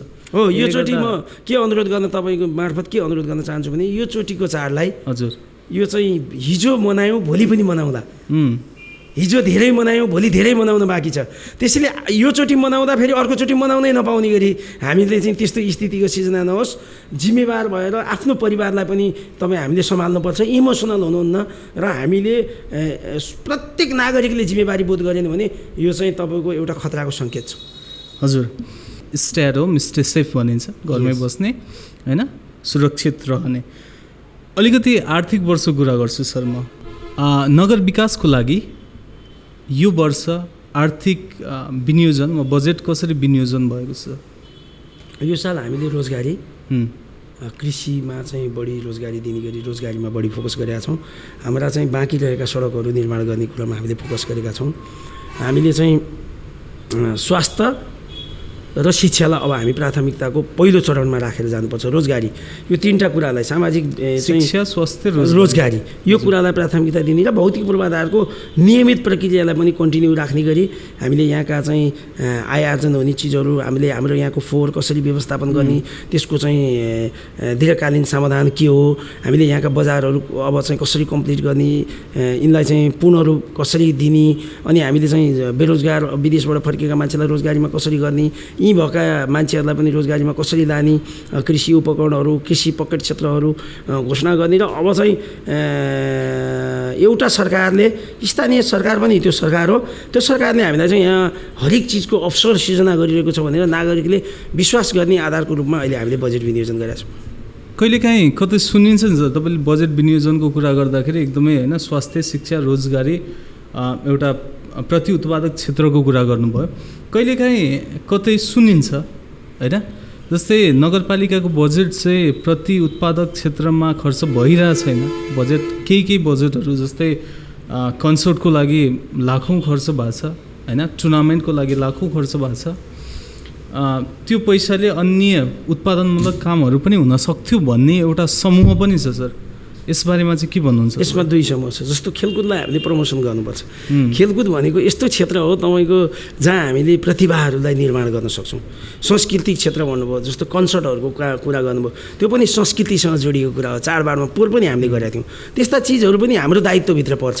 यहाँ चाहिँ तपाईँको के छ भन्दाखेरि भाषा संस्कृतिलाई जगेर्ना गर्ने पनि नगरपालिकाको दायित्व हो नि त। त्यसैले यी सबै कुराहरू, खेलकुदलाई विकास गर्ने, हामीले त हामीसँग त सबै चिजको आशा गर्ने मान्छे हामी सरकार आएको रूपमा छौँ। त्यसैले महिलाको क्षेत्रमा तपाईँको चाहिँ ज्येष्ठ नागरिकको क्षेत्रमा, अपाङ्गता भएका व्यक्तिहरूको क्षेत्रमा, एकल महिलाहरूको क्षेत्रमा, अनि तपाईँको चाहिँ के यो खेलकुद लगायत सबै क्षेत्रलाई नगरपालिकाले चाहिँ समेट्नुपर्ने भावनाले हामीले खेर जाने गरी त तपाईँलाई म भन्न चाहन्छु कुनै पनि रकम विनियोजित सक्नु चाहिने पुग्ने जति बरु रकम विनियोजित गर्न सकेका छैनौँ। तर खेर जाने गरी बदमासी हुने गरी बदमासी भयो भने एउटा पनि ठाउँ रहने गरी हामीले बजेट विनियोजन गरेका छैन। पारदर्शिताको हामी नमुनाको रूपमा छौँ। त्यो तपाईँले आएर हेर्न पनि सक्नुहुन्छ। मलाई घमण्ड छ त्यो कुरामा। मान्छेले चाहिँ उपभोक्ता समिति बनाउने, युवाहरूलाई चाहिँ दिने भन्ने, तैँले जितेपछि के हेरिस्। अहिले सबै मान्छे मसँग रिसाएका छन्। किन रिसाएका छन् भन्दा उपभोक्ता समिति बनाएन, योजना किन योजना दिने? योजना त गर्ने हो, दिने होइन नि। तपाईँले योजना लिएर त्यहाँबाट बचाएर खाने मनसाय राखेर योजना माग्न मिल्छ? मैले त्यो तपाईँलाई पाल्ने गरी हेर्नुहोस्, सारा मान्छे रिसाएका छन्। अनि नगरपालिकामा तपाईँ हेर्नुहोस्, त्यो भएर अब तर मान्छेले बुझ्न थाले यो नदिएरै राम्रो गर्यो, यो चाहिँ यसरी खानुहुन्न है, राज्यको भनेपछि लिनै पर्छ भन्ने एउटा मानसिकता छ हामी कहाँ। जबरजस्त मानसिकता। 1 लाख पैसा आयो भने 5,000 भयो भने बचाउन भन्ने खालको। अब त्यस्तो काम गर्ने नि हामी एकदम फुल प्रतिस्पर्धामा, टेन्डरमा, बिटिङमा हामी चाहिँ जति सक्दो नगरपालिकालाई, राज्यलाई फाइदा हुने तर समुदायसँग जोड्ने कुरामा। अब महिलाको क्षेत्रमा भएको बजेट, महिलाहरूले चाहिँ विभिन्न खालका आफ्ना चाहिँ महिला हक हितका लागि काम गर्ने, ती कुरा बाहेक अरू यस्ता काम दिएर कार्यकर्ता पाल्ने काम मैले गरेको छुइनँ। होइन, समग्र धेरै ठाउँमा चाहिँ देखिन्छ नि त यो, जस्तै आएको बजेटबाट पनि कमिसन बेस्ड हुने त्यस्तो देखिन्छ। त्यस्तो हामी कहाँ कल्पनै गर्न सकिन्न। त्यस्तो गर्नै हुन्न। र हामी जस्तो युवा मान्छे, मेरो यहाँ नगरपालिकाको मेयर मात्रै हुने लक्ष्य छ र? त्यो मात्रै लक्ष्य भए पनि गर्नुहुन्न। मैले त यहाँ मेरो बेस बनाएर, यहाँ राम्रो काम गरेर, यहाँको जनताहरूलाई वास्तवमा नगरपालिकाको मेयरको नेतृत्व, आम जनप्रतिनिधिलाई सफल ढङ्गले त्यो सबैलाई मिलाएर, सबैसँग सहकार्य गरेर, सबै पारदर्शी गरेर गरेँ भने भोलि मलाई चाहिँ तपाईँ जेमा भए पनि उठिदिनुहोस्, तपाईँलाई अन्त पनि आवश्यकता छ भनेर जनताले भन्छ नि। म चाहिँ त्यो लक्ष्यका साथ अहिले जनताको काम गरिरहेको छु। जस्तै नगरभित्रको प्राकृतिक तथा अन्य स्रोतको परिचालनामा नगरको भूमिका चाहिँ कस्तो छ सर? यो चाहिँ प्राकृतिक स्रोत भनेको नगरको दिग हो, चाहिँ एउटा आम्दानीको स्रोत पनि हो। ती चाहिँ संरक्षण गर्ने दायित्व पनि नगरपालिकाको हो। जस्तो हामीसँग खोला नालाहरू विभिन्न छन्, ती प्राकृतिक संरचनाहरूलाई चाहिँ हामीले कसरी व्यवस्थापन गर्ने, त्यहाँ बढी भएको चिजहरूलाई उपयोग गर्ने, त्यहाँ चाहिँ त्यसले क्षति गरेका चिजहरूलाई नियन्त्रण गर्ने। अब हामीसँग वन जङ्गल लगायतका विभिन्न प्राकृतिक सम्पदाहरू छन्, तिनलाई चाहिँ क्षति हुनबाट रोक्ने, तिनीहरू चाहिँ अझ चाहिँ तपाईँको समाजको लागि आवश्यक, राष्ट्रको लागि आवश्यक प्राकृतिक चिजहरू जसले चाहिँ हामीलाई चाहिँ बाँच्नको निम्ति मद्दत गरिएका छन्, ती प्राकृतिक स्रोत साधन हामीसँग जे छन्, हामीसँग नभएको चिज हामीले खोज्न सकेनौँ। र हामीसँग जे प्राकृतिक साधन स्रोतहरू छन्, ती साधन स्रोतहरूलाई चाहिँ नगरपालिकाले अधिकतम प्रयोग गर्ने र जनहितमा चाहिँ जनताको स्वास्थ्यमा, जनताको प्रगतिमा ती चिजहरूलाई चाहिँ उपयोग गर्ने कुरामा नगरपालिका प्रतिबद्ध पनि छ, जवाफदेही पनि छ र इमान्दार पनि छ। हामी कार्यक्रमको लगभग अन्त्यमा छ सर। अन्त्यमा जस्तै नगरपालिकाको भावी योजना के छ सर? जस्तै अहिले त क्लाइमेक्समा आइसक्यो हामी, होइन, लगभग 3-3.5 वर्ष सकिसकेको छ तपाईँ कार्यकालको। अब भनेको चाहिँ इम्पोर्टेन्ट पार्ट हो, क्लाइमेक्समा चाहिँ नगरपालिकाको के खालको भावी योजनाहरू छ सर? हामीले स्वास्थ्यमा अस्पताल, 15 बेडको अस्पताल बनाउने, शिक्षामा व्यावसायिक तपाईँको चाहिँ यो चाहिँ टेक्निकल शिक्षा सहितको गुणस्तरीय शिक्षालाई चाहिँ व्यवस्थापन गर्ने, उत्पादनमा हामीले चाहिँ रोजगारीमुखी उत्पादनहरू गर्ने, भौतिक पूर्वाधारमा हामीले चाहिँ सुविधा सम्पन्न पूर्वाधारहरू निर्माण गर्ने र चाहिँ हामीले चाहिँ एउटा सभ्य, सक्षम, दूरगामी महत्त्व राख्ने नगरको रूपमा यो नगरलाई समृद्ध नगर, अरूले हेर्दा, देख्दा, अनुभव गर्दा, महसुस गर्दा, जे गर्दा पनि यो नगर चाहिँ सम्पन्न नगरको एउटा बाटोमा हिँड्दैछ। यी चिजहरू नगरले पुरा गरेपछि चाहिँ नगर सम्पन्न हुनसक्छ। जस्तो हामीले वातावरणको क्षेत्रमा पनि हामीले त्यो कुराको प्रयत्न गरिएका छौँ। टेक्नोलोजीको क्षेत्रमा पनि हामीले चाहिँ डिजिटल रूपमा हाम्रा चाहिँ सबै चाहिँ संस्थाहरूलाई चाहिँ डिजिटलाइजेसन गर्नुपर्छ। सबै हाम्रा सरकारी कार्यालयहरू डिजिटल हुनुपर्छ र हाम्रा चाहिँ सेवा सुविधाहरू, जनताले पाउने सुविधाहरू, मुस्कान सहितको सुविधाहरू राज्यले दिनुपर्ने सुविधाहरू दिनु पर्यो। अवसरहरूको निम्ति यहाँ अवसरहरू चाहिँ सिर्जना गर्नु पर्यो। यी सबै कुरामा नगरपालिकाले चाहिँ देखिने गरी 5 वर्ष पहिला हामी निर्वाचित भएर आउनुभन्दा 5 वर्ष पहिला हरेक क्षेत्रको म तुलना गर्न भन्छु आम नागरिकलाई। त्यति बेला कुनै क्षेत्रमा सुधार गर्न सकिएको रहन्छ, त्यो क्षेत्रलाई परिवर्तन गर्न सकिएको रहन्छ भने त्यति बेला जनताको बिचमा माफ माग्नुपर्छ। हजुर, जस्तै तपाईँले नगरपालिकामा नगर प्रमुखको रूपमा जब कुर्सीमा बस्नुभयो हैन? त्यसपछि तपाईँले बनाउनु भएको भिजन, मिसन, गोल, अब्जेक्टिभ्सहरू क्रमशः पुरा हुँदैछन्। भनेपछि क्लाइमेक्समा धेरै कुराहरू अझै देखिन बाँकी छ। देखिन्छन् एकदम। मैले त तपाईँको के छ भन्दाखेरि यो वृत्तचित्रै बनाएर राख्ने योजना बनाएको छु।